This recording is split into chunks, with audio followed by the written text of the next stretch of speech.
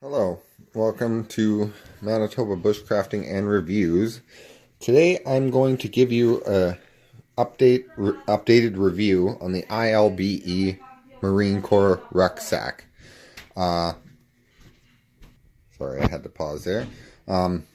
This is after about 1.25 years worth of use.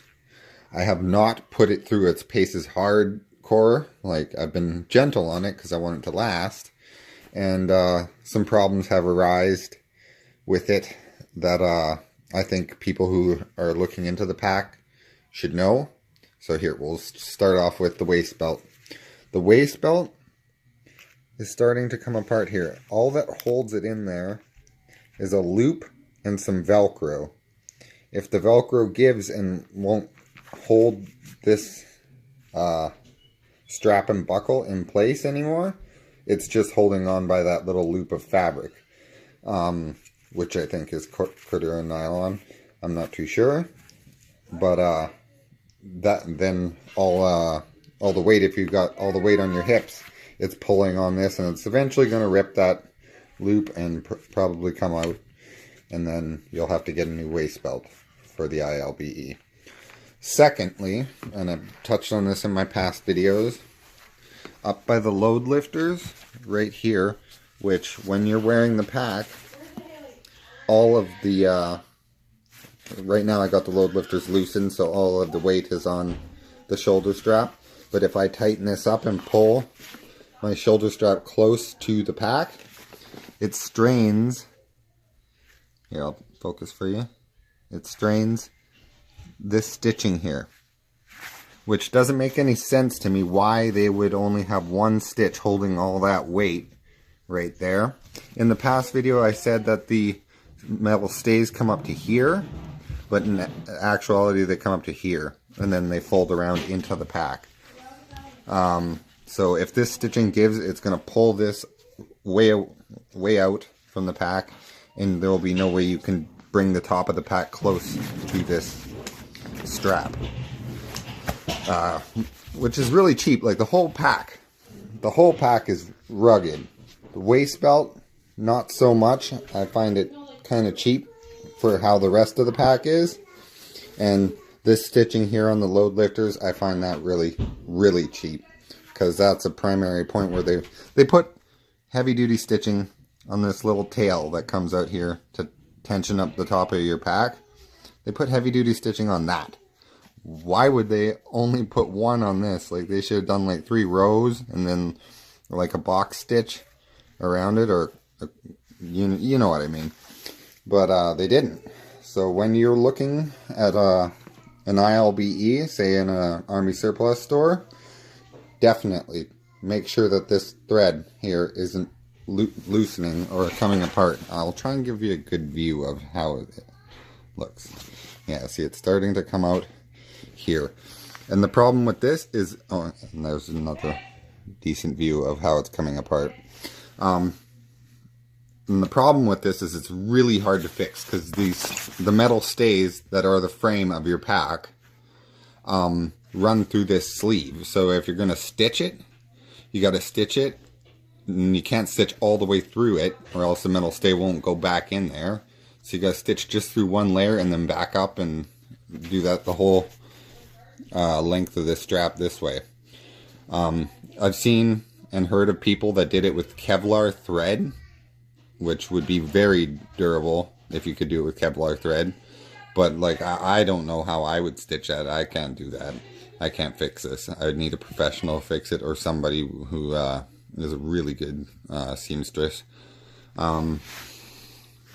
But yeah, that presents a very large problem, because you want your load tight to your back, and if the load lifters are being strained to the point where the threads are starting to pop out, eventually it's just going to come out all the way across, and you won't be able to use your load lifters anymore, and then all the weight will be on the shoulder straps, and it will be further away from your back, which will make it feel heavier. Other than that, the rest of the pack is very durable. 1 second here, I gotta pause. Sorry, my kids are very cranky today, and I just had to speak with their mother. Anyhow, the rest of the pack is solid. Like, I don't have any other issues with it. Maybe one of the issues that I do have, which is not really an issue, there's nothing wrong with the pack, but that is that these straps come over and cover the zipper here. There's a zipper so you can get into the side of your pack, but these compression straps run over this flap. The only one that doesn't is this bottom one here, and I think they should have done all of these straps like they did with this bottom one. That way you wouldn't have to undo them to unzip your pack and get into your stuff. Another thing is the compression strap at the top here. Instead of a buckle, it's just like you can't undo it. So it would have been nice to see a buckle on that. Another thing that kind of annoys me about it is that the pack is not waterproof or even really water resistant. If it's a slight downpour, you're going to get your stuff inside damp. And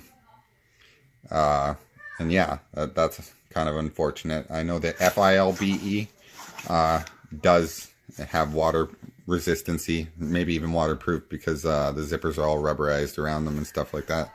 But this is about the ILBE. So these drag handles, they're good quality. They stay in place. They're not popping stitching or anything like that.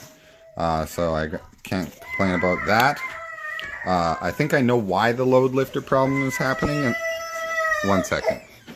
Come outside where it's quiet. Anyways, one of the reasons why that thread on the load lifters could be popping is because I always lifted the bag up onto my back using that shoulder strap. And that, when I had my load lifters all tightened up, it probably put a lot of strain on that thread. I still think they should have put multiple lines of thread there, but I guess it is my fault in the end for picking my pack up that way. I looked it up online, and you're supposed to grab it by those grab handles on the side, put it up onto your knee, and then swing it onto your back. Or pick it up by those grab handles upside down, like with the top of the pack facing your feet, grab it and lift it over your head and slide it down onto your back gently. Not too many Marines, I don't think they did that. I think they just, it's Army issued to them, so they didn't really care about their packs, maybe some of them, because I've heard of this problem before. And yeah, they were picking them up by shoulder straps, and the same issue was arising. But I read tutorials on how to put the pack on properly so you're not going to encounter this problem. And you basically stick your knee up on a chair, you lift the pack up onto your knee, and then you swing it onto your back. And that way you're not putting all the weight of your pack onto that stitching. And that's basically all my issues with the ILBE. Otherwise, it is well built. I still think that it should be like 3 layers of stitching on the load lifters, because that little tail, that's not holding any weight, and they put the same amount of stitching just on the end of that to keep it from fraying. They folded it over and put the exact same amount of stitching on that little tail, and that holds no weight at all. So a primary point like that should... I ran out of space on my phone, I just had to delete a video, but yeah, that's a primary point where weight is going to be placed on. It should have super reinforced stitching there. The pack is now discontinued, so it's never going to happen unless I get it professionally done. But this is just some things that I thought you guys should know about the ILBE before purchasing. The FILBE with all the accessories like the assault pack and the camelback water bladder, all that. They run for around $800 brand new in Canada anyhow. I don't know how they are in the States. They're pretty pricey even in rough condition now. So it is what it is. Anyhow, if you like the video, click like. If you want to share, hit share. If you want to comment, comment. And of course, subscribe for more videos. Thank you guys for watching, and see you later. Bye.